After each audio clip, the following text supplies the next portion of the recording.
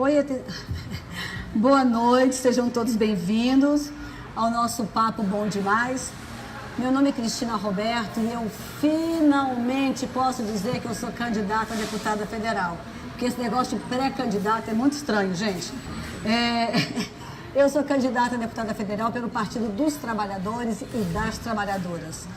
E eu escolhi concorrer à Câmara Federal porque eu acredito que tudo pode ser feito de uma maneira diferente. Inclusive falar de política na rua, né? E é por isso que nós estamos aqui. E quero agradecer ao pessoal do Martinica Café, que muito gentilmente nos cedeu aqui o espaço. Eu espero voltar aqui outras vezes, porque aqui é muito agradável. Eu tenho hoje 4 convidados que são muito importantes para essa nossa campanha.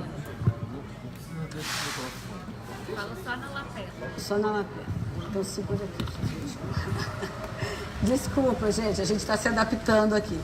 Bom, a nossa campanha tem 4 pilares muito importantes, né, que é a questão da mulher, do empreendedorismo, da cultura e da segurança alimentar. Essas pessoas que estão aqui comigo têm me fomentado, têm me trazido muitas informações, têm me feito crescer muito.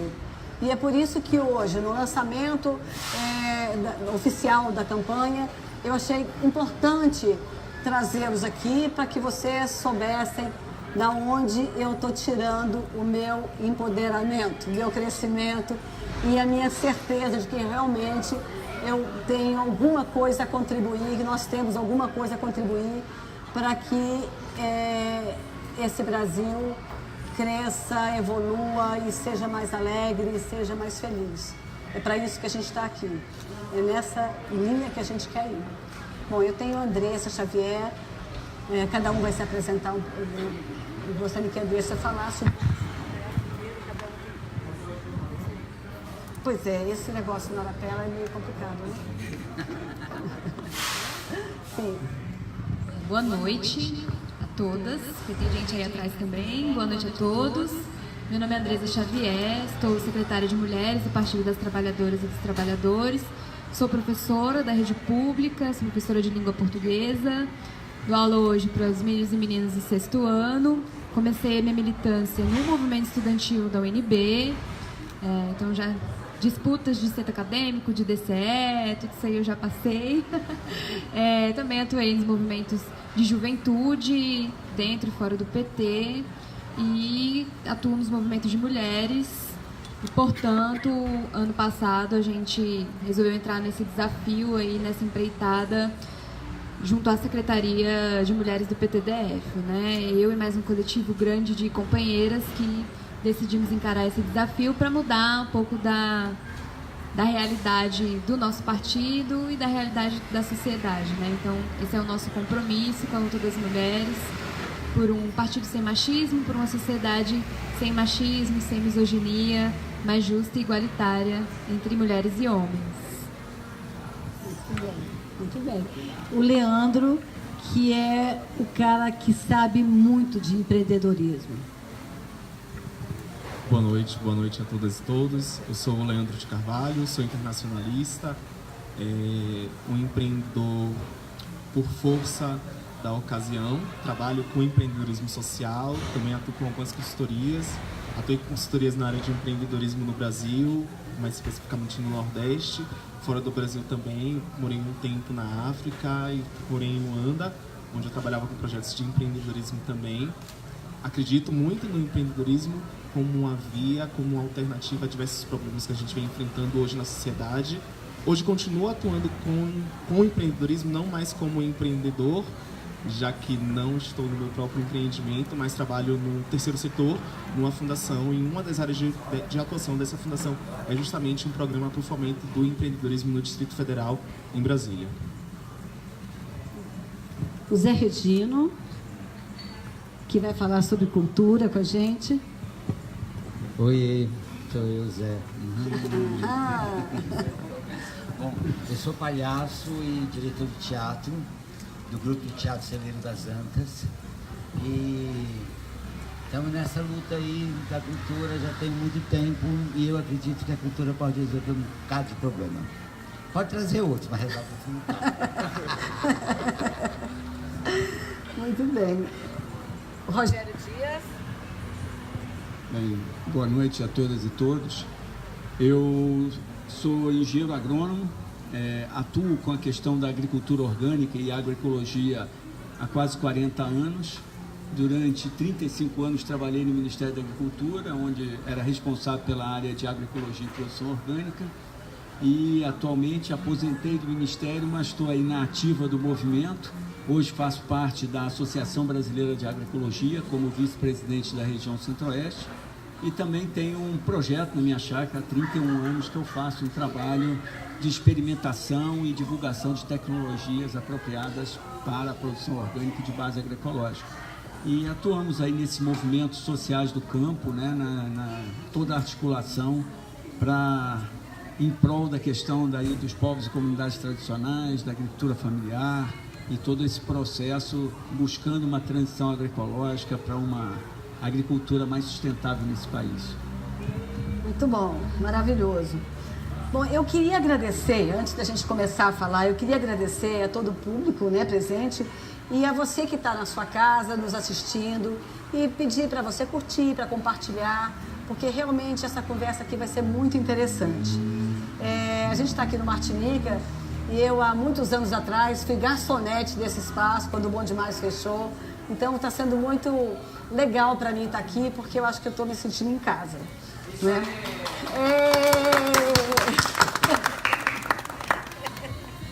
Bom, eu queria conversar... Cortou? Tá falando? Estou falando que esse negócio dessa lapela aqui, eu preferia estar falando dele ali também, mas vamos lá. Eu queria começar pela Andressa, tá? Até para poder prestigiar aqui as mulheres. Tá? Eu queria, Andressa, que você dissesse para a gente o que é importante a participação da mulher na política. E basta ser mulher? Não basta ser mulher, né? Mas antes disso, quero agradecer muito, Cristina, o seu convite e agradecer por estar nesse espaço, por estar nesse momento tão rico. E acho que a gente só tem a ganhar. E nessa atividade já como candidata. É muito bacana. Eu sempre fui uma entusiasta da sua candidatura e fui uma das que disse que você tinha que se candidatar porque eu acredito na força das mulheres, acredito na força da nossa organização coletiva para ocupar os espaços e para fazer os grandes debates nacionais, né? Por eles passam a segurança alimentar, a cultura, o empreendedorismo, a educação, a saúde, a mobilidade urbana, a reforma urbana. Então, a presença das mulheres nesses espaços para discutir esses grandes temas, ela é fundamental. Então, bom, a importância das mulheres na política. Primeiro que a gente não transforma a nossa sociedade, a gente não muda a nossa realidade sem a participação das mulheres. Não há processo revolucionário que não tenha a participação das mulheres, que não tenha o protagonismo das mulheres. A nossa história está aí para nos mostrar isso. Em todos os grandes momentos da nossa história, a gente teve mulheres lutadoras, mulheres guerreiras, mulheres aguerridas, que dedicaram suas vidas para que a gente pudesse ter os avanços que a gente teve e as conquistas que hoje nós mulheres temos, embora muitas tenham sido retiradas com o golpe que a gente tem passado ainda hoje, sobretudo as mulheres negras, as mulheres das periferias, os grandes centros urbanos, as mulheres quilombolas, indígenas, trabalhadoras domésticas, enfim, as mulheres que são mais afetadas aí por esse golpe. Então a gente não consegue mudar a nossa realidade sem a participação das mulheres nesses espaços. E eu costumo dizer muito que não é só também no parlamento, não é só no executivo. A gente faz política em todo lugar, né? A gente faz política na loja, a gente faz política no condomínio, a gente faz política em todo o espaço que a gente está. E as mulheres tendo esse protagonismo, essa iniciativa de fazer essa política em todos os espaços é fundamental para mudar a nossa realidade. Mas também é importante que a gente se organize para ocupar, sim, esses espaços institucionais, que a gente se organize para fazer a diferença no nosso parlamento. Hoje a nossa Câmara de Deputadas e Deputados só conta com 10,5% de presença feminina, só 10,5% de presença de mulheres na Câmara. No Senado a gente tem um pouco mais, tem 16%, mas ainda é muito pouco, né? A maioria das mulheres são mulheres brancas, são mulheres que enfim, têm uma trajetória de vida que é diferente da maioria das mulheres nossas do Brasil, porque somos diversas, somos plurais, e acho que essa nossa pluralidade ela tem que estar representada nesses espaços institucionais, sim. A gente precisa de mais mulheres negras ocupando aquele espaço para fazer a diferença. A gente precisa ter a nossa diversidade, a nossa pluralidade garantida nesses espaços institucionais. Então, as mulheres precisam ocupar esses espaços nas casas legislativas para mudar a nossa sociedade. É para discutir educação, educação não sexista, educação antirracista, educação anti-LGBTfóbica. É para discutir saúde, discutir violência obstétrica, discutir atenção básica, saúde integral, saúde integrativa. É para discutir, como eu falei, mobilidade urbana, é para discutir reforma agrária.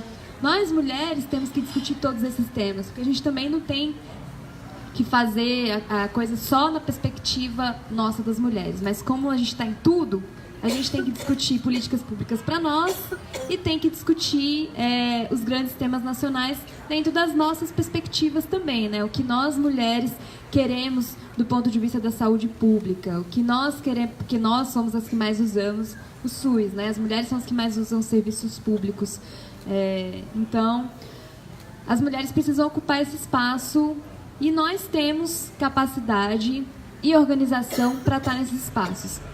Acontece que a gente tem um sistema patriarcal, machista, misógino, que nos impõe barreiras para a nossa participação nesses lugares, né? A gente tem um sistema muito masculino e a classe política no Brasil ela é a representação disso, né? Uma classe política masculina, branca, heterossexual, é uma classe masculina, uma classe política rica e que não representa a totalidade da população brasileira, nem de longe, né? Representa um pequeno grupo que tem seus interesses e quer manter seus interesses ali na política.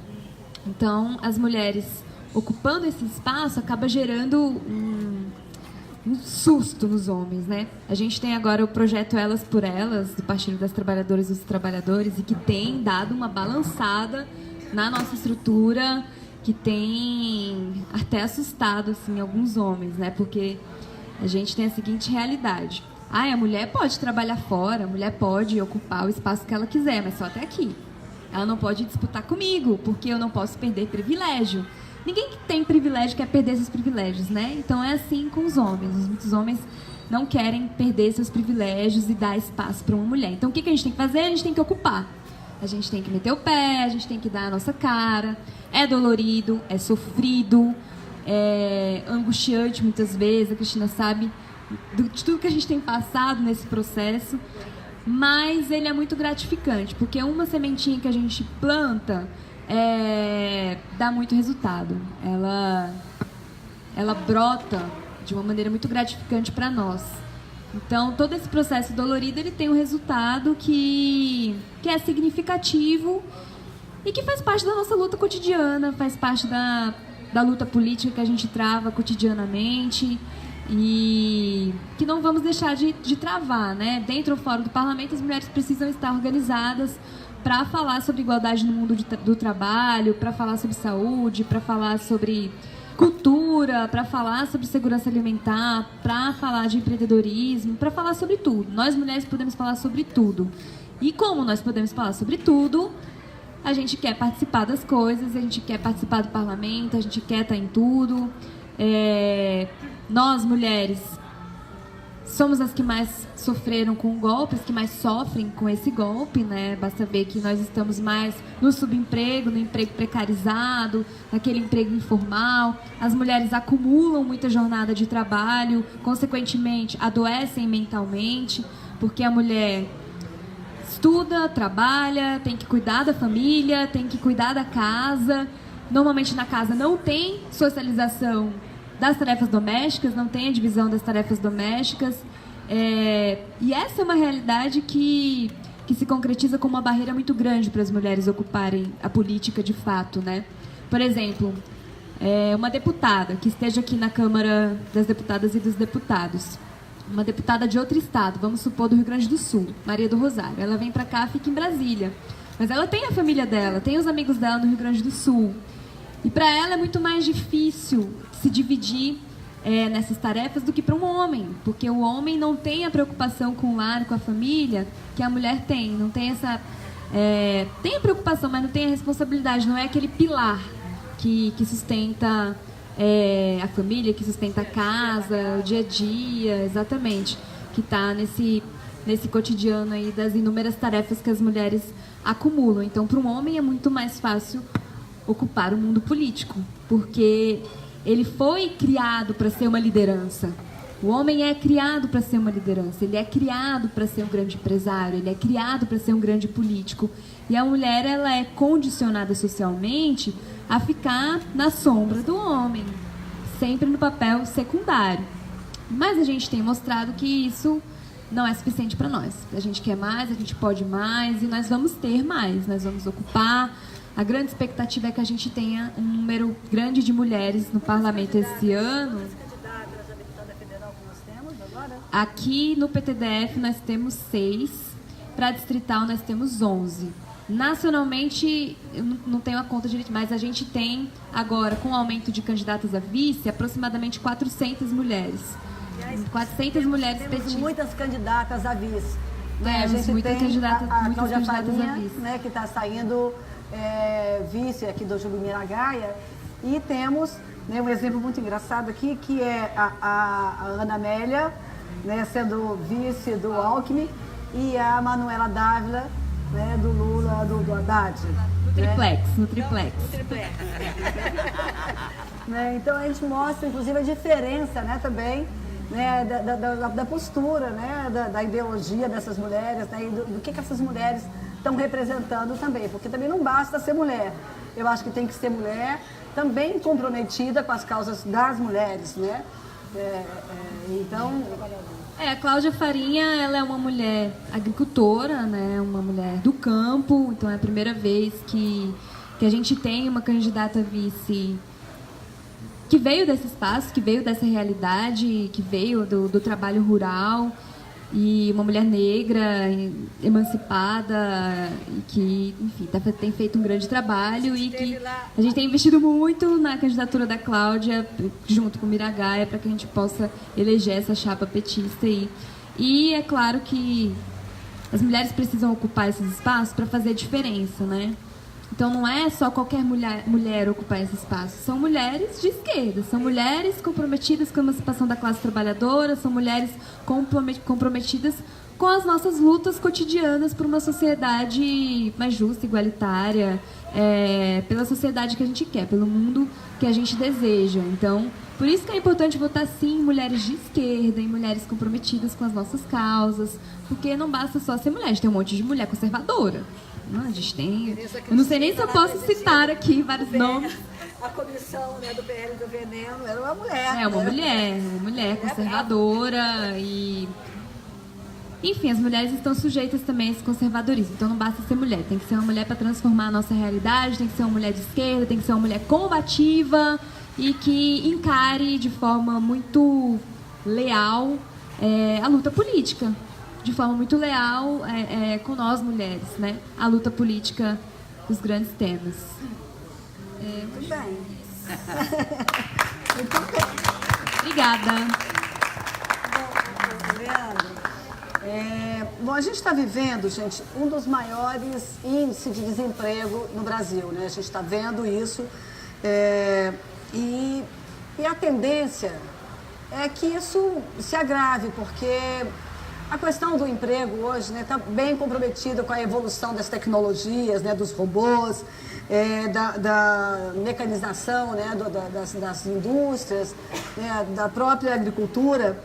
E, em contrapartida, a população continua crescendo.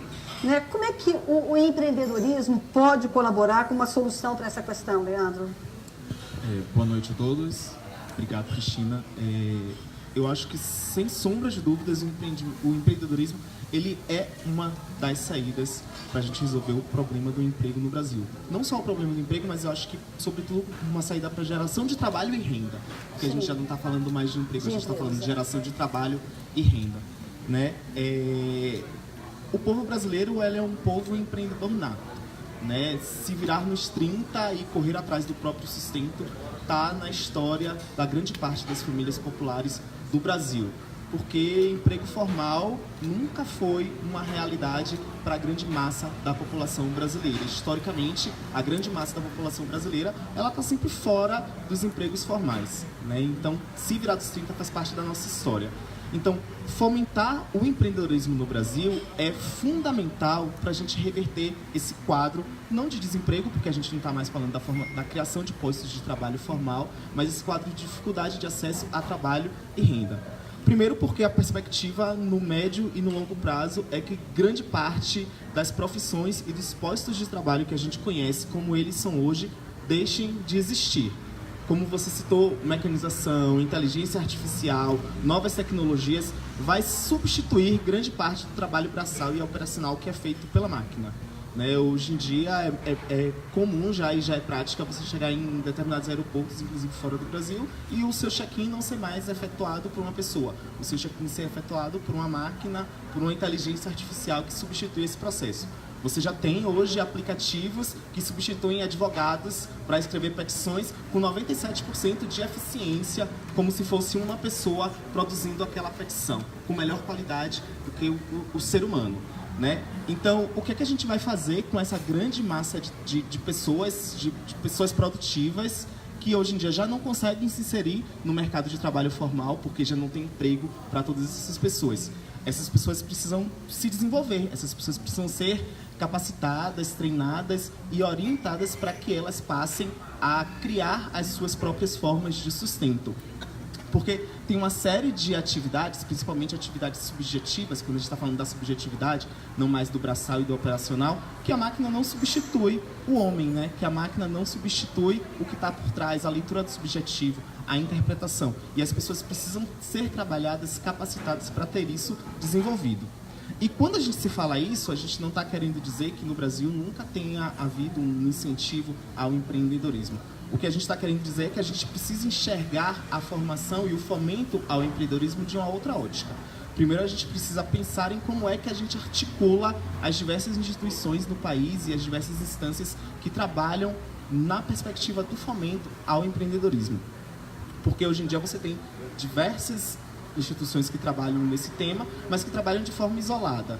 Né? Você tem quem trabalha na perspectiva de formação e de capacitação, você tem as instituições que fazem o financiamento, se você fala em campo, você tem as instituições que prestam assistência técnica, mas normalmente, via de regra, essas instituições não conversam. Segundo, é preciso entender que quando a gente fala de fomento ao empreendedorismo, é necessário que a gente olhe para as especificidades, porque é muito difícil a gente falar de fomento ao empreendedorismo quando a gente ainda tem problemas com acesso a financiamento, por exemplo, para as mulheres. Quando a gente ainda tem um racismo institucional que faz com que empreendedores negros tenham muito mais dificuldade de acesso a financiamento do que empreendedores brancos. Então, a gente precisa olhar para as especificidades. É necessário olhar para as especificidades também e acabar com o produto de prateleira, né? O que a gente pensa para formação e capacitação e para ampliar o acesso de empreendedores a mercado, por exemplo, consumidor em um lugar não vai funcionar para outra localidade. Segundo, e aí é importante também pensar que quando a gente cogita a possibilidade de trabalhar com fomento ao empreendedorismo, a gente tem que pensar também em que forma de empreender a gente está fomentando. Né? A gente precisa fomentar negócios que olhem para o negócio de uma forma muito mais humana, que olhem para o negócio de uma forma muito mais para negócios que sejam capazes de promover o acesso a trabalho e renda sem que a gente esteja perpetuando formas de economia que são perversas, né?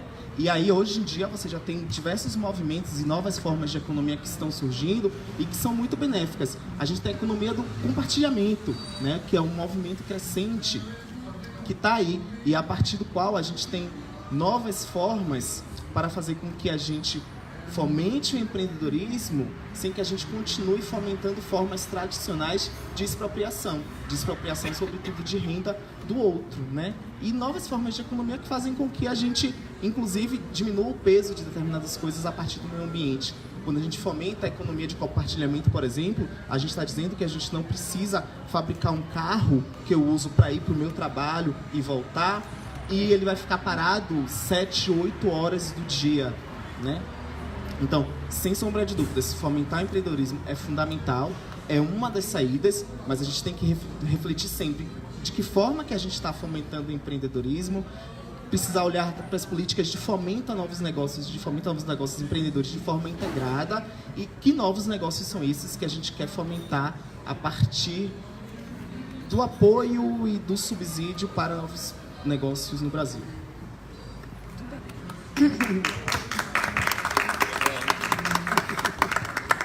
Zé Regina? Sou eu. És tu? Bom, um povo sem cultura é um povo sem identidade. Entendi. Então, qual é o papel da cultura? Tá? E como é que a gente vai resgatar a nossa identidade? Porque a nossa cultura está indo para o saco. Olha só, toda vez que a gente pensa num povo, seja ele qual for, o que a gente usa para traduzir quem é esse povo são os elementos daquela cultura que ele produz. É o que chega, é o que fica com a gente, né? Se você pensar aqui no povo americano, você vai ter várias referências da cultura americana, como do povo japonês, né? Os africanos.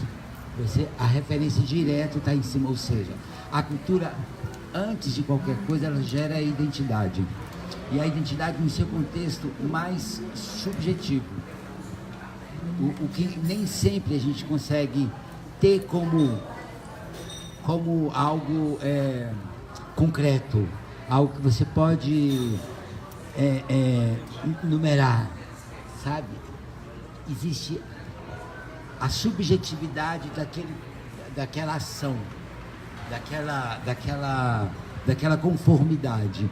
E aí você entra num lugar que é muito, muito, muito, muito, muito amplo, porque ele vai direto para as relações, que é onde você chega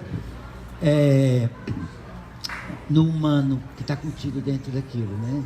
Que é a partir dessas relações e como isso gera o resultado daquele trabalho. Então vamos lá, a gente pensa na cultura, a gente pensa num resultado, né? A gente pensa numa obra de arte, a gente pensa nela pronta, a gente pensa numa ação cultural, a gente pensa no evento. Pouco se pensa no que está por trás do que produz aquilo.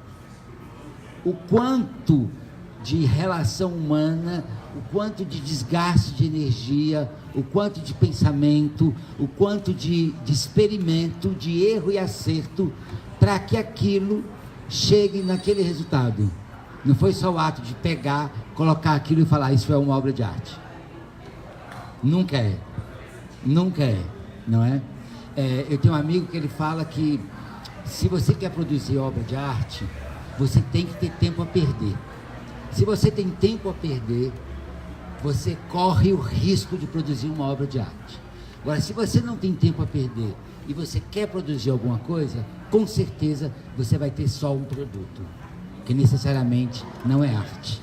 Que aí é outra questão, né? Que é quando a gente fala da ação cultural como produtora de uma mercadoria e como produtora de um resultado artístico. São duas coisas bem distintas. Nem sempre a produção cultural, ela produz um produto que vem ocupar um espaço no mercado e venha a ser valorizado ou tem um valor de venda. Que aí é onde o Estado tem um papel importantíssimo na manutenção dessas produções, na manutenção desses grupos, e que é uma grande maioria. O que a gente conhece e vê e denomina é o que está aí, é o que a gente conhece, é o que, em geral, a mídia estabelece como, olha o resultado, entende? Mas tem toda uma produção que está por trás disso tudo, acontecendo nesse exato momento, em todo o país, e eu falo, quando eu falo em todo o país, eu falo da aldeia mais distante, da aldeia de índios, sem contato com a gente, a comunidade mais dentro e com menos contato ainda, e a São Paulo lá fervendo, e a gente aqui, nesse momento. A gente está falando, está acontecendo um ato nesse momento, em todos esses lugares de produção, de cultura, porque ela se dá na relação. E aí o grande problema que a gente tem, quando a gente vê essa mudança dentro da forma de produzir algo, a gente vê uma mudança a curto prazo na relação de produção, ou seja, na relação das pessoas que produzem, e a médio e longo prazo a gente vai ver diretamente isso influenciando na cultura daquele grupo, né? Vou pegar um exemplo aqui, tentar ser bem prático. Eu tive a experiência de ir para passar um tempo numa aldeia Caiapó. E na época já tinha uns 2 anos que os mais velhos tinham se retirado da aldeia e montado uma outra aldeia, que eles chamam de aldeia irmã. Nessa aldeia, uma das exigências para se ficar nessa aldeia era participar do plantio. Eles não aceitavam receber nenhum tipo de comida. Tá? Essa aldeia Caiapó, ela era a proprietária da terra da Vale do Rio Doce. Então a Vale do Rio Doce repassava para eles mantimentos, certo? O que acontece é que a aldeia, a curto prazo, a médio e longo prazo, aliás, ela começou a perder as histórias. As crianças, com certa idade, não sabia mais uma quantidade X de histórias para ser considerado já um menino preparado para se tornar um adulto dentro da cultura. Por quê? Porque a maioria das histórias eram contadas nas atividades do plantio, que é a atividade do coletivo. Então eles estavam perdendo a atividade do coletivo, da relação, entende? E aí você tem uma perda muito grande e muito violenta. Então, se eu altero, e é onde a gente tem que ficar atentos, se eu altero o modo de produção, eu vou alterar o modo de pensar e eu vou alterar também a médio e longo prazo o modo da cultura de lidar com aquilo, com aquele produto. Então eu estou alterando.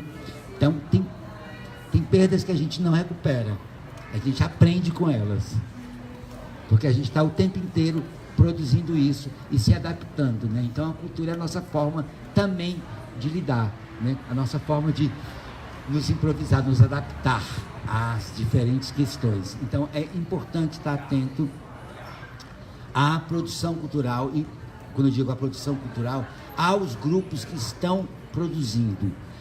Quando eu digo aos grupos que estão produzindo, é os que trazem isso à vista, porque é difícil você olhar o todo, o que está por trás daquilo, que tem toda uma comunidade, né? Hoje você fala, o grupo que dança uma quadrilha, ali por trás tem toda uma relação de produção para que aquilo apareça do jeito que ele aparece. Então é importante estar atento a isso e essas formas, que é quem produz um produto que é comercial e os que não produzem esse produto, considerando que todos nós, independente de ser comercial ou não, estamos produzindo a nossa identidade. Muito bom. Bom, Rogério, essa questão de cultura é muito interessante. A primeira vez, né, que se falou a palavra cultura foi de agricultura, né? E como a agricultura hoje brasileira, a monocultura, tem destruído a cultura do nosso povo do campo. Mas a gente tem uma situação, que a gente estava falando ali na mesa ainda há pouco, que 3/4 do território brasileiro hoje é ocupado, né, com a produção de grãos e de carne, de criação de bovina. Né? O que isso está representando hoje para a gente? como é que a gente pode imaginar essa população crescendo? Daqui a pouco não vai ter lugar para a gente, né? A gente só vai ter lugar para o boi, para plantar a soja, para poder alimentar o boi. Como é que você vê isso? Qual é a saída que a gente vai ter para isso, né? E de que maneira essa produção de grãos, porque segundo dizem, né, a gente se falou que a produção do grão, que o grão, a lavoura, que a agricultura é que não deixa o Brasil falir, né? Tem fundamento isso? É verdade isso? Eu acho que a gente tem, são grandes reflexões que eu acho que a humanidade inteira está passando, né? Essa questão da alimentação. Nós fomos conduzidos nas últimas décadas a uma lógica de que a alimentação não era mais o principal, meio que deixando a gente da condição de ser vivo, né? Porque qualquer ser vivo, a alimentação é o principal. Os passarinhos acordam, tem que ir atrás de comida. Qualquer bicho na natureza tem que estar atrás da sua alimentação, que é a maneira de sobreviver e de perpetuar a espécie. E a gente foi substituindo a importância da alimentação vamos dizer assim, pela atração dos outros bens de consumo. Então você começou a colocar a alimentação um processo meio que mais uma das rotinas do dia a dia. Então, e aí surge todo esse movimento do fast food. Quer dizer, você não perder tempo com comida. Para quê? Entra num drive-thru com o seu carro, pega um sanduíche e sai comendo no carro quando você chegar. Então você com isso você economizou seu tempo para gastar com outras coisas. Então assim, essa inversão de valores, ela está muito associada a essa também substituição do que é o nosso alimento. Porque se eu como correndo, eu não vou saborear, eu não vou ter o processo da preparação, que aí entra o que o Zé coloca aqui, porque quantas dessas preparadas, quando você juntava aquele monte de gente para preparar, aí saem as cantorias regionais, você sai as conversas, sai tudo isso, que é cultura. Então, você foi perdendo isso com essa substituição por poucas espécies, porque quando a gente fala dessas lavouras de grão, de monoculturas, de grandes lavouras, você tem uma simplificação da nossa agrobiodiversidade. A gente substitui por poucas espécies, e hoje a gente está reduzido a 6, 7 espécies de plantas que sustentam a maior parte da alimentação. E, logicamente, quando eu perco essa agrobiodiversidade, eu estou perdendo também a minha cultura. Porque junto com essa diversidade de produtos, eu tenho a diversidade de receitas, a diversidade de sabores, né? Então, hoje, uma das coisas mais tristes é quando você viaja, seja no Brasil, seja no exterior, você vai em qualquer país, você entra num shopping, tem uma praça de alimentação que tem as mesmas marcas e os mesmos produtos. Tudo igual. Antigamente você viajava, ia para o Nordeste, ou ia para a Amazônia, ou ia para o Sul, o prazer de você chegar num lugar desse era que você ia comer uma comida regional, você ia ter um café da manhã típico. Hoje você vai em qualquer hotel, em qualquer capital, as mesmas frutas, os mesmos pães, os mesmos coisas. Então, isso é uma perda de cultura. É a apresentação, tudo. A maneira de botar e tal. Então, as pessoas não percebem o quanto a gente foi, com essa perda dessa agricultura diversificada, a gente vai perdendo também tudo que está associado a ela, que é a questão ligada totalmente à questão da cultura. Agora, por um lado, eu acho, assim, eu tendo a ser sempre uma pessoa meio otimista. Eu gosto de ver sempre o copo meio cheio. Eu não gosto de ver muito meio vazio. E eu acho que a gente está passando por um momento interessante. Lógico que as transformações, elas também acontecem pela necessidade, pela pressão. E aí entra um pouco essa história do empreendedorismo. Eu, coincidentemente, semana passada, eu estava numa universidade de Maringá, conversando com uma turma, fui fazer uma apresentação lá para eles. E as perguntas dos jovens, muitos era isso. Qual é a perspectiva de emprego para a gente quando sair da faculdade? O que a gente vai fazer? Tem as multinacionais que vêm aqui e mostram uma possibilidade enorme de empregos vendendo agrotóxicos, vendendo adubo. Isso uma faculdade de agronomia. E eu estava falando para eles, falei, gente, eu acho que aí está o grande problema. A universidade continua direcionando as pessoas para serem empregados.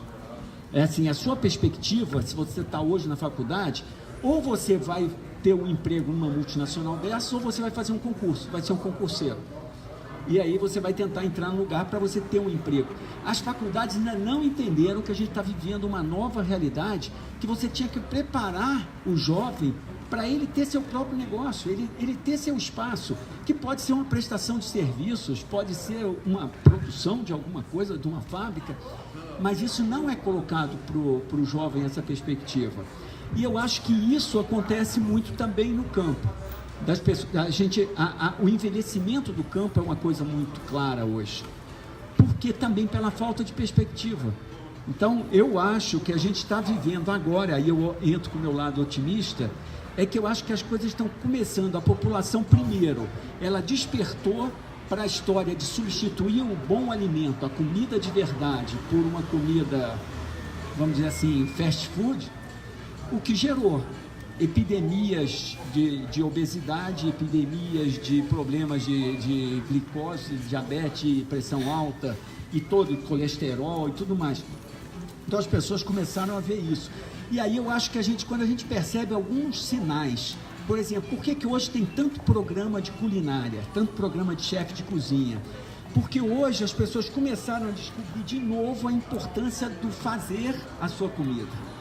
E transformar aquilo num ato que tem um simbolismo. Então hoje, por exemplo, é mais charmoso para um homem fazer um jantar para a mulher do que convidar para ir num restaurante chique. É muito mais charmoso, é muito mais cativante. Então isso é um resgate do valor da questão da cozinha, da questão de você preparar a sua comida e dar uma atenção diferente naquela sua comida. E mais do que isso, porque aquela sua comida vai ser diferente. Ela não é uma comida padrão. Sim. É uma comida que tem o seu toque, tem a sua coisa. E a gente vê que isso está acontecendo em várias outras coisas. Por exemplo, a gente tem hoje uma explosão de pessoas fazendo cerveja artesanal. Mesma coisa, eu quero fugir do padrão de uma cerveja Ambev que todo mundo vai beber em qualquer lugar, porque compraram todas as marcas, juntaram tudo e virou aquela coisa. Aí agora tem um monte de gente fazendo sua cerveja para ter o seu toque, aquela sua coisa. A gente vê isso, por exemplo, com os cafés. As pessoas trocando a lógica de qualquer café por um café diferente. Então, eu posso tomar até menos café, mas eu quero um café de qualidade. A mesma coisa está acontecendo com chocolate. Então, a gente vê isso, um reflexo na roça, no campo, porque a gente vê jovens. Eu tive esses dias reunido com um grupo de agricultores no sul da Bahia. Fiquei feliz da vida de ver jovens fazendo curso, se especializando, porque eles estão pegando o seu cacau e não mais pensando em volume para entregar para uma empresa que vai disfarçar tudo com muito açúcar e vender o chocolate que foi padronizado no mundo, belga, suíço. Mas hoje você vê, as pessoas querem o chocolate com 65, 70, 80. Na hora que você vai para isso, aí você começa a sentir o gosto, e aí entra a diferença de quem colheu o cacau, que cacau foi esse, como foi processado, e aí você começa a valorizar o trabalho do homem, porque não é aquela história de juntar qualquer amêndoa de cacau e fazer um chocolate que eu disfarço todos, mesma coisa que se faz com café, que se faz com os blends.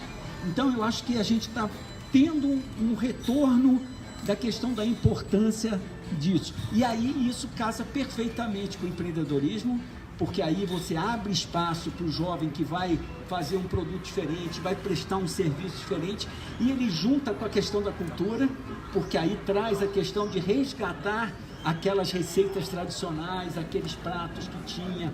A gente vê como está crescendo no Brasil afora a questão do movimento pelas punks, pelas plantas alimentícias não tradicionais. Agora mesmo vai ter o Hot Punk em São Paulo, agora no final de agosto. Ano passado foi aqui em Brasília. Aí a gente vê as pessoas, na hora que resgata uma punk, pega uma hora Pronobis, o que ele vai buscar? Qual era a receita da minha avó? Qual era a receita de não sei quem que fazia com hora Pronobis? Eu quero experimentar hora Pronobis, mas como é que eu preparo isso? Nunca preparei, como é que eu faço taioba? Né? Então, assim, aí você começa a resgatar o valor da cultura, o valor da informação, do conhecimento. E aí eu acho que entra também a questão das mulheres nessa história, porque as grandes guardiões desse conhecimento está nas mulheres, porque tradicionalmente foram elas que desenvolveram esse papel, foram elas que fizeram isso, que experimentaram, trouxeram as receitas. por essa questão do cuidado com o que está dando para os seus filhos, né? A questão da preocupação com o que os seus filhos estão comendo. Então, eu acho que a gente vive um momento, logicamente, ainda vai ter um monte de gente fazendo esse discurso, que as commodities são fundamentais, porque elas equilibram a balança, não sei o quê. Mas eu acho que a sociedade tem que despertar que isso não é tudo. Dinheiro não é tudo. Então, não adianta eu só trocar grão por dinheiro, se eu estou perdendo tudo mais, estou perdendo tudo que junto está indo nossa água, está indo nossa biodiversidade, está indo nossa cultura, está indo tudo. Então isso não pode, eu acho que tem que haver esse movimento, e esse movimento só tem condição de avançar mais se todas as pessoas entenderem que tem que mudar seu comportamento de consumidor. Porque a ideia de consumidor, se você pegar no dicionário, é acabar, é ir até esgotar. Esse é consumir. O fogo consumiu a floresta e acabou com a floresta. O consumo significa você ir até o fim, esgotar. Então eu acho que agora a gente tem que resgatar a lógica que não é isso que a gente tem que fazer. Nós temos que pensar na sustentabilidade do planeta, nós temos que pensar nas gerações futuras, nós temos que pensar em tudo isso. Então a gente tem que começar a mudar o nosso comportamento de comprar. Como eu compro, de quem eu compro, eu saber que é diferente eu comprar um produto que veio de uma agricultura familiar e de um produto que veio de uma multinacional que fez aquilo num processo industrial, geralmente explorando um monte de gente. Se o produto, muitas vezes as pessoas ficam se pegando no preço, muitas vezes tem que pensar que o preço é a forma de opressão, porque se o preço está baixo é porque os agricultores muitas vezes foram explorados, venderam o seu serviço, seu trabalho por um preço miserável para o cara depois ganhar dinheiro no produto processado, e ele é que vai ficar com a maior parte do lucro. Então é onde que eu compro, eu vou na pequena loja, eu vou num grande supermercado, que o lucro vai para o exterior, porque é uma grande rede internacional. São uma porção de reflexões que a sociedade toda tem que fazer. E essa questão do preço é interessante também, porque eu não vou comer orgânico porque é mais caro, mas esses 20%, 30% que você pagou ali para comer um produto de qualidade, você vai estar economizando no remédio, cuidando das doenças, né, no médico que você vai gastar, né, porque não tem saída, né? Se você está comendo uma comida que não tem qualidade mesmo, de alguma maneira ela vai te prejudicar, ela vai te levar a doenças, né, que as pessoas abrem a bolsinha ali, tomam ali um monte de antidepressivo, né, e outras coisas mais, que elas nem sabem que isso está ligado à alimentação, né? Porque a gente já tem, inclusive, conversas e comprovações científicas, né, de quanto esse veneno tem nos adoecido, né, diariamente, né? E que, de repente, o fato de eu pagar um pouquinho mais, né, eu vou tendo mais saúde, mais alegria de viver, né, e estou, inclusive, incrementando a economia, né, porque eu estou comprando do pequeno agricultor, do feirante, e não do supermercado, que está explorando muito mais. Então, eu acho que a gente revisar isso na nossa vida, eu acho que é muito importante. Cristina, uma coisa que eu acho que às vezes a gente não se toca, no caso da agricultura, isso é um processo muito forte, né, do domínio de grandes transnacionais dominando a agricultura, seja na produção de insumos, seja no processamento posterior. Grandes empresas vão comprando as outras, e aí você vê que tem uma lógica toda encadeada. Por exemplo, a mesma empresa que produz a semente, produz o agrotóxico num pacote e produz o medicamento que ela vai te vender depois para curar o câncer, curar ou tratar o câncer que foi causado, ou vai te manter vivo, porque aí você vai precisar de um monte de hospitais e equipamentos e testes, exames. E a gente tem que pensar o seguinte, que é como a nossa lógica da humanidade é meio tudo isso é bom para o PIB. Porque se o cara ficar doente, ele vai ter que comprar remédio é bom para o PIB. Se ele vai para o hospital, é bom para o PIB. Então, a desgraça é boa para o PIB. Então, esse padrão do que significa que um país está com... Mas pode ser um monte de coisa ruim, pode ajudar a elevar o PIB. E às vezes a gente ter baixo consumo por reaproveitar as coisas, por fazer uma questão muito mais de trocas, pode ser ruim para o PIB, né? Mas tem uma questão também que é o seguinte, que é como a gente está lidando com a informação. Como é que essa informação está chegando? Quem está produzindo essa informação? Da mesma forma que eu tenho que perguntar, quem é que está narrando a nossa história? E quem está narrando a nossa história tem qual interesse por trás disso? Porque não é de me reconhecer e te reconhecer. É exatamente para construir o eu, a pessoa vulnerável, desaparecida e misturada. Aquela que perde a identidade. Que perde a sua subjetividade. Que são as pessoas que se tornam vulneráveis. E aí tem uma geração imensa que não se reconhece mais na sua tradição. Porque não se vê dentro daquilo. Ela quer exatamente, mas eu quero me colocar, sou eu, é meu discurso, é minha forma, e aí vai atropelando e vai atendendo a um discurso que também não é dela, porque ela está vazia, porque ela se sente só, ela não se reconhece no outro, que é um discurso de uma mídia que está o tempo inteiro manipulando com uma falsa informação de que está te informando, e não está te informando, porque a maioria dos números que as pessoas ouvem, elas não sabem o que significa, mas a sensação de que se aquele está ligado, se está chegando para mim, se eu não ligar, eu não vou saber o que está acontecendo, independente de que eu não saiba o que eu vou fazer com a informação do que está acontecendo, entende? O que eu preciso é como a comida que não mais marca a sua forma, mas te envenena. É essa a informação, entende? Então, o que eu pergunto, como a gente está lidando com essa informação? E por que eu pergunto isso? Porque hoje, a maioria de nós que temos acesso, que temos um computador, também produzimos informação.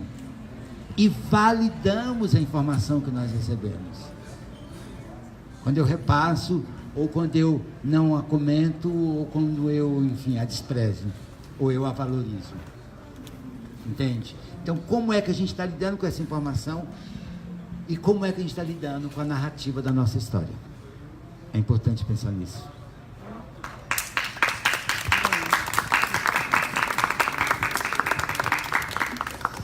Andressa, faça suas considerações sobre essas questões e como é que a mulher passa por isso aí.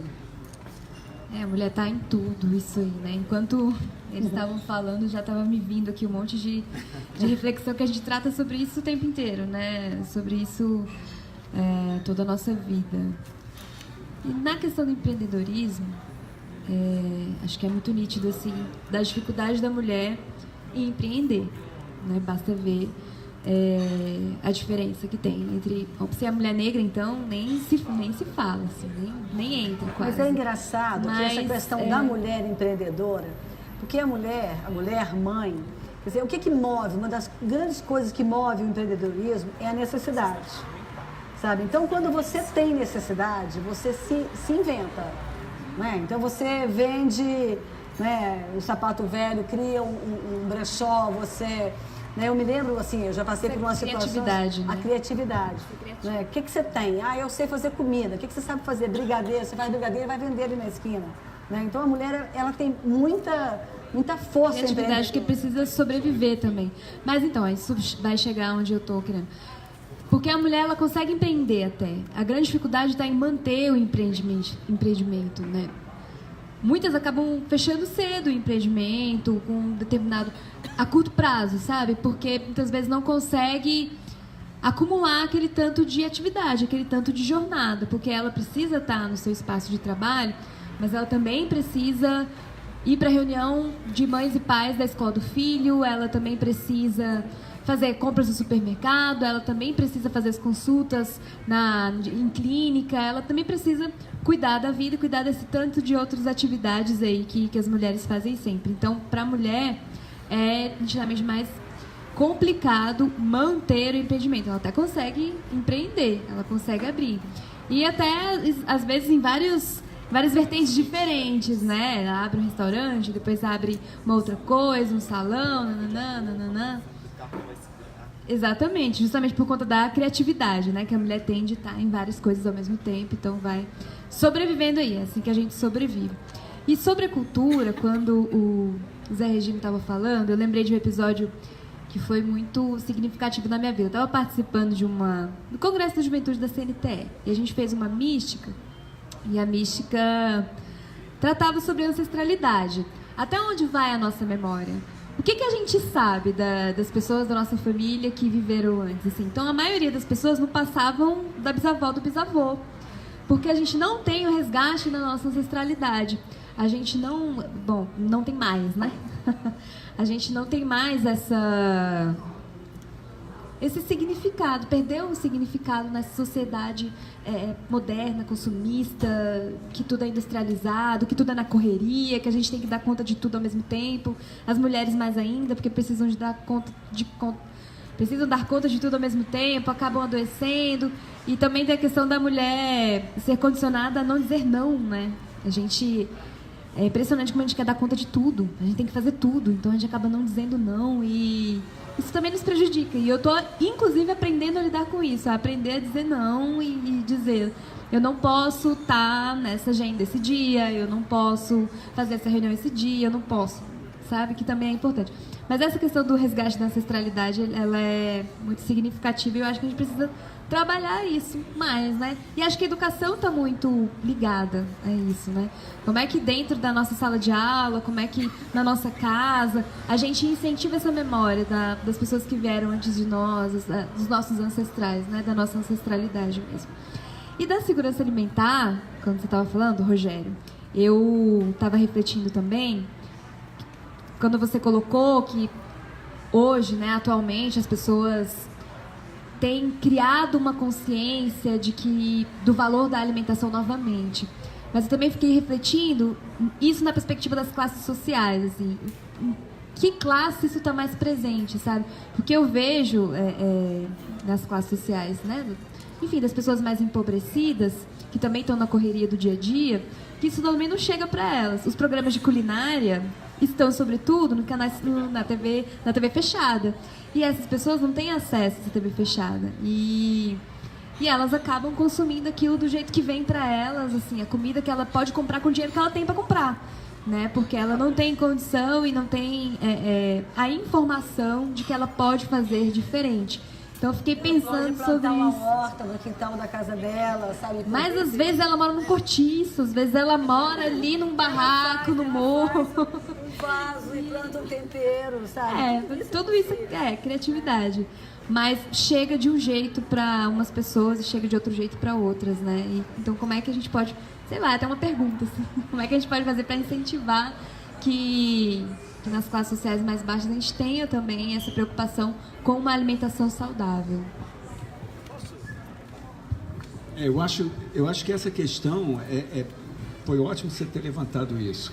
Eu acho que a gente tem um movimento que começa a crescer, que é a questão da agricultura urbana. Eu tive agora mesmo em Maringá, eu aproveitei e visitei 4 projetos de hortas urbanas de pessoas que estão numa situação de insegurança alimentar e tudo mais, e que a horta veio nesse sentido. Mas eles passam também a ser um negócio, porque eles passam a comercializar também. A sobra ele comercializa. Então a gente tem projetos super bonitos de agricultura urbana em várias comunidades no Rio de Janeiro, no Complexo do Alemão, tem iniciativas muito legais acontecendo, mas não tem um apoio. Por exemplo, Quito, no Equador, a cidade de Quito tem mais de 1000 hortas urbanas apoiadas pela prefeitura. E é até uma coisa que me chamou a atenção, porque é um projeto que já começou acho que tem mais de 15 anos, e já passaram vários alcaides lá que trocaram, e ninguém teve condição de acabar, porque o projeto ganhou um peso tal na comunidade que tem se mantido um projeto. Então, assim, é preciso ter uma vontade política também para dar esse empurrão, porque aí entra uma coisa que tem a ver com a dificuldade do empreendedorismo. É que muitas vezes você, para fazer com que o produto alcance o consumidor, você precisa transformar o produto, que também é uma forma de agregar valor. Aí você cai no problema da legislação de inspeção, que te inviabiliza uma pequena agroindústria a fazer sua geleia, fazer sua compota, fazer seu picles, fazer sua linguiça. Então aí entra a sensibilidade nossa como um todo, e aí a classe política, o papel importante que tem nisso, essa revisão disso, porque a maior parte das legislações, elas foram feitas pelos grandes, exatamente para excluir a competição, tirar a concorrência. Então, o que eu faço para tirar a concorrência? Eu não quero que qualquer um saia vendendo frango agora. Então, eu boto uma legislação que só o cara que tiver um dinheirão para investir, você cria uma barreira para isso. Então, eu acho que isso chama a sociedade a refletir sobre isso. É importante que a gente tenha esse espaço. E, logicamente, entra uma outra coisa que é fundamental. Você falou que é professora. Quando o Brasil deu um passo importantíssimo de criar a Política Nacional de Alimentação Escolar, de chamar de alimentação escolar e não mais merenda, que parecia que era aquela coisa só mesmo para encher a barriga. Não, a Política Nacional de Alimentação Escolar, ela tem que ter o papel da educação alimentar e nutricional. E a gente entender a questão da segurança alimentar não é só segurança, é segurança e soberania. A gente tem que dar à população o direito de escolher o que ela vai comer, como vai comer, quem vai produzir, como vai produzir. Mas isso precisa ser trabalhado, porque a massificação da informação, e aí os canais abertos, são todos eles bancados por essas grandes empresas de alimentação. Então, o que a gente vê muito acontecer na roça, que é desesperador, é você ver a família de agricultores produzindo produtos lindos, levam para a feira, e depois vão no supermercado, compram um monte de porcaria processada e leva para sua família. E leva para sua família consumir. E aí a gente tem essa situação. É as pessoas consumindo as piores coisas, cheio de açúcar, farinhas, refinados, tudo aquilo que hoje o Guia Brasileiro de Alimentação mostra que não é mais considerado nem alimentos ultraprocessados. Mas como que a gente faz chegar a isso? Porque também é comum a outra coisa. Você está visitando um agricultor e ele, para te mostrar que ele já não é aquele Jeca Tatu, ele faz questão de te botar uma Coca-Cola na mesa em vez de trazer o suco com as frutas na horta dele. Porque ele acha que ele está mostrando que ele está num nível... Porque ele vê isso na propaganda, ele vê isso na televisão. Então, aí entra um papel fundamental, que é o processo de educação. E aí, talvez a gente ainda tenha um pouco essa dificuldade, é de entender que o papel da educação alimentar e nutricional é de quem? É do professor de português, é do professor de biologia, é do professor de matemática, é do professor... Todo mundo tinha que trabalhar isso. Tinha que trabalhar esse conteúdo no dia a dia das escolas.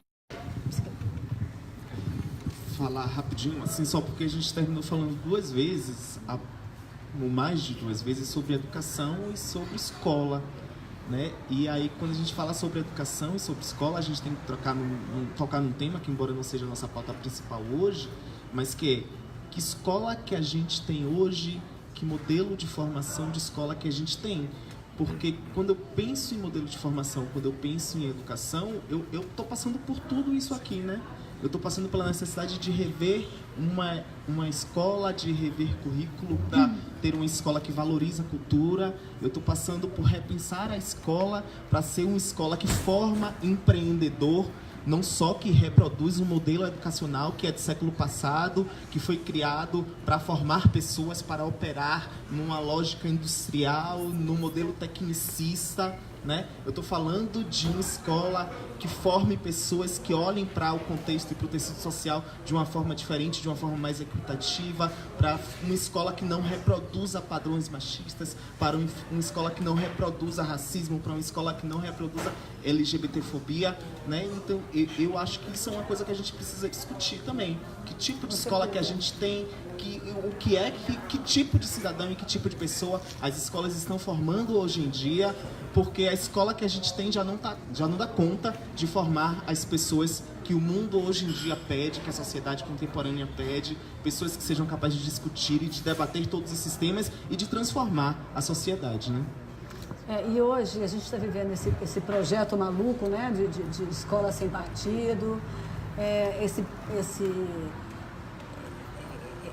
brecando, esse esvaziamento, né, político das escolas, da educação, né, esse retrocesso absurdo, né, que está colocando essas crianças no mundo de muita falta de possibilidade, né?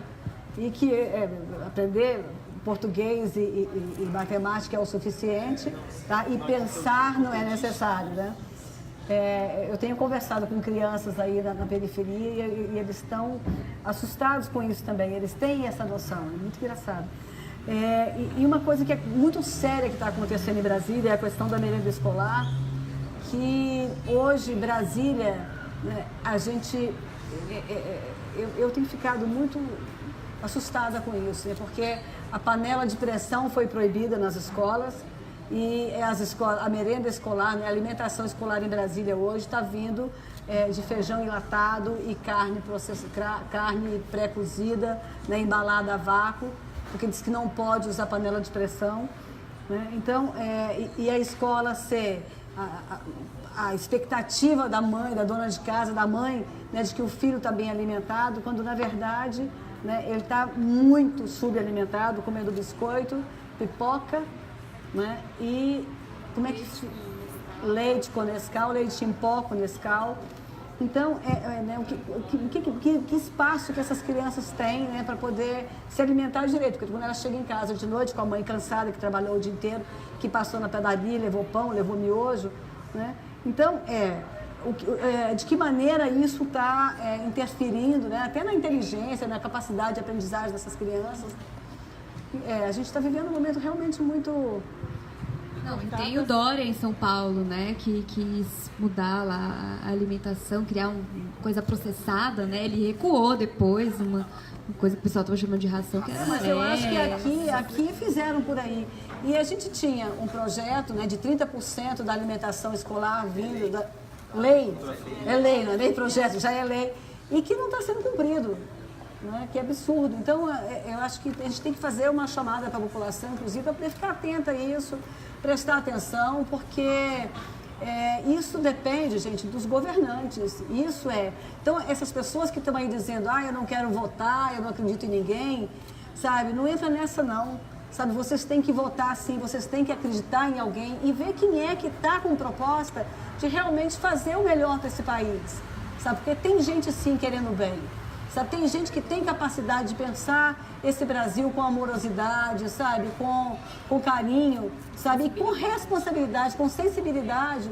Você vai perceber o quanto isso é importante. As crianças precisam comer direito, sim, sabe, nós precisamos nos alimentar bem, né? E que passa por tudo isso, por essa questão do agrotóxico que é de uma maldade absurda, né? Quando eles pegam o nosso solo, sabe, contamina tudo, e a nossa água, né, a nossa comida, sabe, em prol única e exclusivamente, né, do engrandecimento, do enriquecimento deles, né? Então, a gente está sendo o tempo todo colocado, sabe, né, somos descartáveis nesse processo todo, né? E a gente precisa acordar, de fato, né, votar certo sim, votar em pessoas que têm proposta, sabe, e que estão aqui, sabe, de coração aberto para fazer o melhor. Lembrando que não votar é favorecer. Exatamente, não votar é exatamente manter no poder essas pessoas, né, esses políticos antigos, corruptos e gananciosos, tá, que estão destruindo esse Brasil. E esse Brasil é nosso, ele é lindo, né? E pessoas como o Rogério, que eu conheço há trocentos anos, né? A gente se encontrava nas feiras, nos encontros, eu cozinhando, fazendo comidinhas, coffee breaks, com coisas orgânicas, e ele palestrando, né? O Zé Regino, né? que faz um trabalho lindo na cultura, a Andressa, essa jovem maravilhosa, cheia de potencial, mulher poderosa, né? O Leandro, que é uma grande descoberta, que, sabe? E essas pessoas, gente, estão aqui, ó, do meu lado, sabe? E a gente está junto, pensando no Brasil melhor. Eu quero agradecer a participação de todos vocês que estão ali fazendo sinal que a gente está falando demais, tá? E dizer que o seguinte, que esses assuntos todos, tá? Que são aqui a base da nossa campanha, tá? A gente vai voltar a falar sobre isso. Quer dizer, eu vou ter um dia só de Rogério, um dia só de Zé Regino, um dia só de Andresa, um dia só de Leandro, porque essas pessoas têm muito para falar, sabe? E elas têm me ensinado demais, tá? Eu quero agradecer a presença do Leandro, da Andressa, linda, tá? Do Zé e do Rogério, meu grande mestre. Muito obrigada. Vocês querem se despedir, por favor?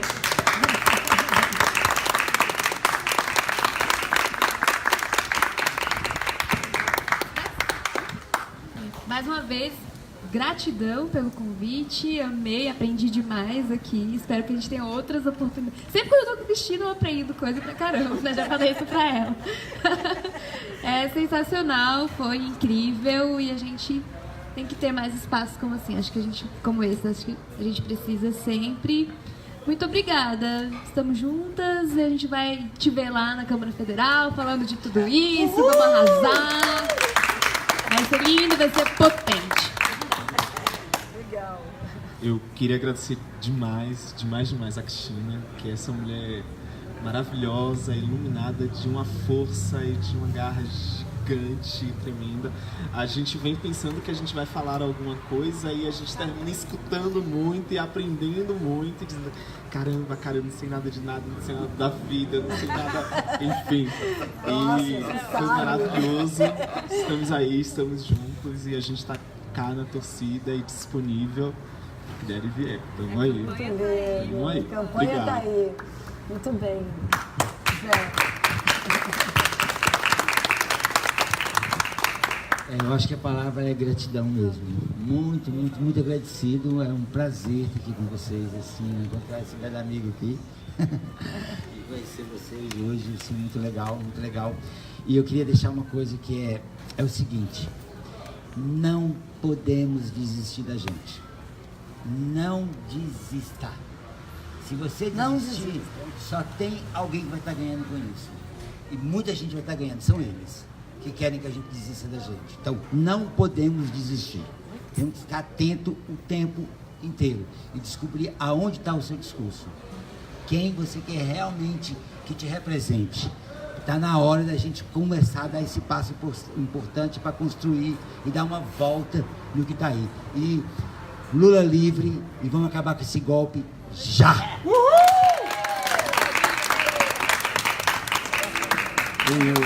Falar por último, não tem muita coisa mais para falar, né? A não ser agradecer realmente a oportunidade de estar aqui. Eu acho que a gente precisa muito desses espaços. Acho que tinha que ser uma coisa constante a gente ter espaços para trocar essas informações, espaços onde as pessoas possam conversar, né? Eu sempre fui apaixonado por filosofia. Infelizmente, as pessoas imaginam filosofia uma disciplina que tem que ficar decorando nome de filósofo e pensamento de filósofo. Eu acho que a gente precisava ter espaço nas escolas para filosofia, isso. Fazer rodas e conversar, trocar ideias. E é com ela que eles eu acho isso que a gente está precisando. A gente está precisando. Mas eu acho que só resta aqui reforçar essa fala do Zé e da própria Cristina na questão da importância do voto, na importância do que é isso. A gente vê muita gente desanimada, muita gente achando que político é tudo igual. A gente sabe que não é. A gente tem vivido momentos muito fortes dentro do Congresso com a luta do PL do agrotóxico e a gente vê a diferença que são alguns parlamentares que estão lá brigando, defendendo a sociedade de fato e não o interesse de meia dúzia de empresas. Então faz muita diferença quem a gente bota lá. E isso, então, não o Zé falou muito bem, não podemos desistir da ideia de que podemos sim colocar pessoas diferentes e que a gente precisa disso. A gente tem que entender que quando a gente escolhe mal ou quando a gente se omite de escolher, alguém vai ocupar aquele espaço. E geralmente é alguém que está com outras intenções que não uma intenção coletiva, um projeto coletivo. Então, vamos aí, a luta agora é um período intenso, né? Curto e intenso para a gente poder fazer com que cada vez mais pessoas entendam isso e tenham essa sensibilidade da importância do voto de cada um. Bom, para quem não sabe, o meu número é 1303. Agora está valendo. Eu sou candidata a deputada federal e eu espero chegar lá para te representar. Um beijo e até quinta-feira que vem aqui no nosso Papo Bom Demais. Gente, só para falar de ontem, que foi lindo demais, tá? A manifestação na rua que movimentou mais de 50 mil pessoas. E a gente vê a cara do trabalhador que saiu lá de longe, andando a pé, no sol quente, para vir aqui dizer que quer o Lula presidente do Brasil, tá? Quer o Lula e quer, se não for ele, os projetos do Lula, tá? Que são maravilhosos. E é por isso que eu estou no PT, porque eu acredito no que deu certo, no que foi bom e que merece ser continuado, porque essa história de que entrou um governo novo e vai cuspir no que foi feito de bom no passado, isso tem que acabar, sabe? Nenhum governante pode desprezar o trabalho que o outro fez. Muito pelo contrário, porque isso aí é dinheiro nosso, é dinheiro do trabalhador, tá? Que fez aquele trabalho, que fez aquele projeto e que entrou um governante novo e que não deu continuidade. Isso tem que acabar, a gente tem que arrumar uma forma de acabar com isso, tá? Porque é absurdo, porque coisas maravilhosas, sabe, que realmente trouxe uma mudança para esse país, trouxe um crescimento, né? Trouxe esperança para o povo brasileiro e que está tudo indo para o lixo, tudo indo para o saco. Tá? A gente não pode permitir que isso aconteça. Não é mesmo? Então tá, 1303, Miragaia, Marcelo Neves, Wasni de Rolo, né? E pessoas maravilhosas, sim, Haddad, e Manuela, e Cláudia Farinha, e mulheres maravilhosas chegando para poder dizer que a gente pode sim fazer política com amor, com carinho, com competência. Um beijo e até quinta-feira que vem. É 1303. Beijo.